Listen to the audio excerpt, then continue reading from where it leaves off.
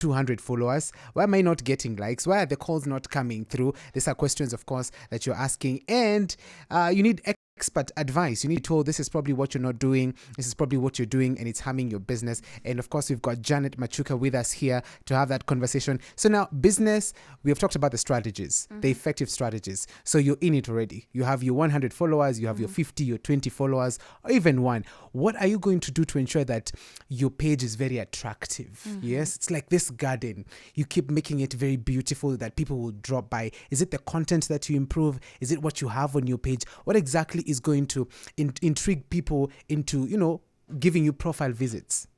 Wow. Profile visits. Yes. Most of the people think that their content is the only way that they can get the audience and people who look out on what they do and what they offer. Yes. Forgetting that there is one thing I usually tell businesses who are starting out to do. You can be creating amazing content, but if there's no one who's going to engage with that content, I feel like sometimes it's wasted effort. Okay. So I want you to do this. You have 8 to 5. Yes. Or 8 to 10 or 8 a.m. to 8 p.m. That's a lot of time actually to think how to work around it, responding people and also finding conversations that you can engage in. And this is something we're also talking about yesterday when it comes to social media. Don't just post and say, oh, I will be posting one post a day on my timeline and that is it. That's not enough. That's okay, but that's not enough. True. I want you to post, yes. But now go look for people to actually come and see what you posted. How do you do that? Step away from the platform. Find thought leaders, influencers, business entrepreneurs, moguls that you actually adore. Find conversations and also the trends, market trends, beat industry conversations, and respond there. Be part of the conversations. Share a thought. As much as a business is not a person, social media, a person must run that business. Yeah, there's someone behind it. Even the offline businesses, you can't go and shop without even finding the cashier. There's always someone who's going to help you with something. Correct. So on social media, that's the same thing. I look at the businesses. Don't just post because you're talking about your product, you're talking about your business. Step away from that platform once you're done posting. Go find conversations, add your thoughts, add your ideas, share your pointers, ask questions. It doesn't have to be you're agreeing with them all the time. Sometimes bring your controversial idea. Exactly. Because that is the best way to actually make people want to click and be like, who are you? Let's go and check them out. And then they will land on your beautiful bio profile. Talk about the tweets that you have been sharing. They will be like, okay, so let me see. Do you have a website? Maybe they click on the website and be like, okay, let me now learn about you and who you are and what you actually offer. That is how I actually get the businesses. Oh, wow. Sometimes I can put out content. Yes, as much as I have over 200,000 followers, it's okay. Yes. But I don't mean that every day some people have to ritually come to my timeline and start scrolling through. That's not their work. So how do they find me? Sometimes I go to other conversations. I share my thoughts. Yes. Be they controversial, fun and all that. And so people will be like, wow, you this is sound interesting. a friendly person. Let me click your profile. Let me click your profile. Your link tree is over there. Exactly. So you have your Twitter, you have your Facebook, you have all that. Let me find out who she is. Exactly. Yeah. All right. You mentioned controversy, and that is very, very important. And in general, what do you think is ailing so many businesses on social media? What do you think is that one problem? And it's very common. You see it and you're like, somebody has got to tell these guys this has got to stop. Or maybe something they're doing every now and then and it's got to stop. Too many graphics. We are bored seeing those graphics, by the way. Okay. We want to see a person tell us a story. Let the picture tell us a story. And we want you to be comfortable from how you treat your employees and share with us and tell us how do you actually do that. Right now, if you look at how people, especially the young people who want to work with brands, they want to see how the brand treats their employees through social media. Okay. The pictures tell a lot actually about you as a brand. So how are you actually helping them? As much as you're doing a workshop with them, did you share about it? You know, you want to learn. We want to know your personality as a business. We want to know if you're friendly. You want to know how our experience will look like. So experience is very important to share on whatever that is happening behind the scenes. Okay. And then something else I feel like we nowadays want to see is we don't want to see the perfect you.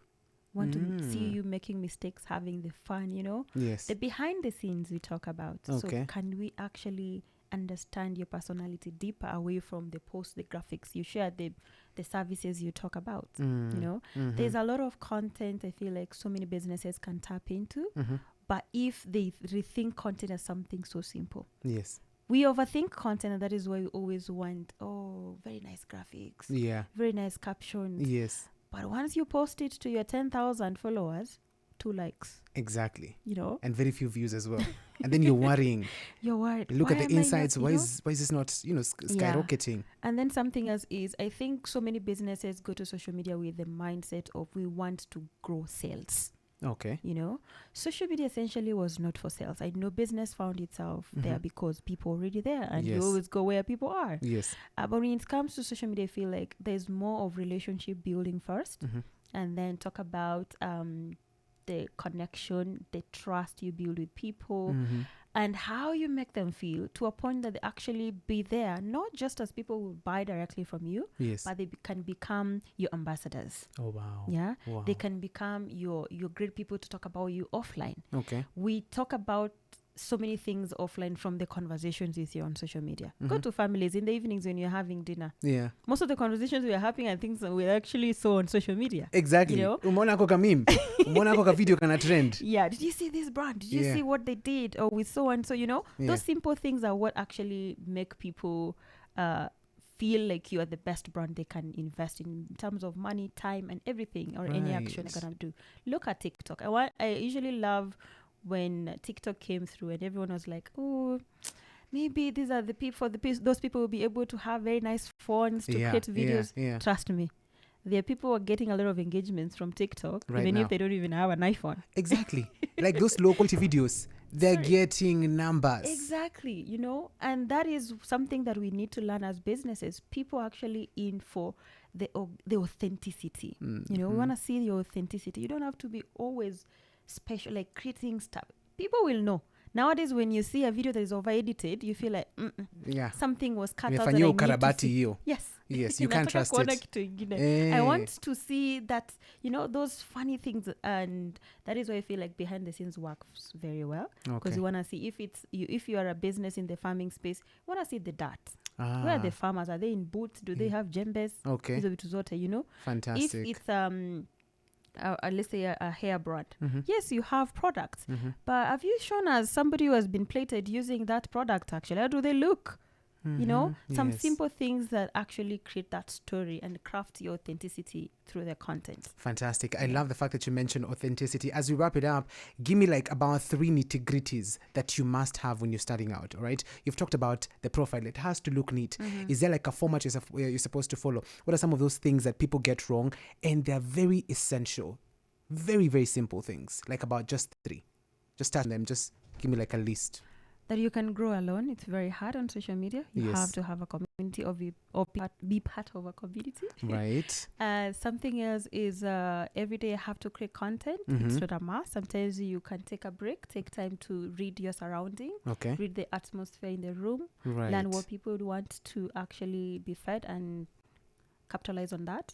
Like right now, if you look at everywhere, let's just use the scenario of COVID-19. Brands who are too hard on themselves and maybe selling were, others. The brands who looked at how now caring about us, making us feel safe as much as we were at home, you were like, wow, I'm going to stay here, not go to the other brand. So there's some of the things that you have to be very keen on. Something else is social media is not just a place to actually sell. Look at it as from a long-term point of strategy. It's good to have a short-term strategy, but I feel like social media gives a lot of benefits and a lot of things that you can do. So don't create a brand that is going to die, quote unquote, in the next 2 years. Look at so many ways you can always adopt, change, try out things, but try some things which are just relevant for you. And be ready for change. Be ready for change. I started out as an influencer. But digital has really evolved me in so many ways. Your story is beautiful. And you have just been elevating every single day of your life. Yeah. Thank you so much, Janet Machuka. I wish you could have had more time to discuss this. This is very broad. As a matter of fact, it requires a day. It's a podcast for hours. Thank you so much for dropping by and for giving us the gems that you have dropped. I wish you the very best of luck, of course. And yes, there you have it. There's loads of content out there you can engage with. You have any questions, just drop them there. And of course, write down those notes. It's very, very essential. And you need to do your research as well. Where can we find you on social so we can also engage with stuff like your spaces and stuff? I'm huge on Twitter. If you land on Twitter, that's Janet Machuka. Right. I think I'm the only Janet. That's something I have to brag. I am the only Janet Machuka. So if you search for Janet Machuka on Twitter, you'll actually find me, and then you engage with me. I think if you use Google, you'll find me everywhere. All right. Yes. Pretty easy. There you have it.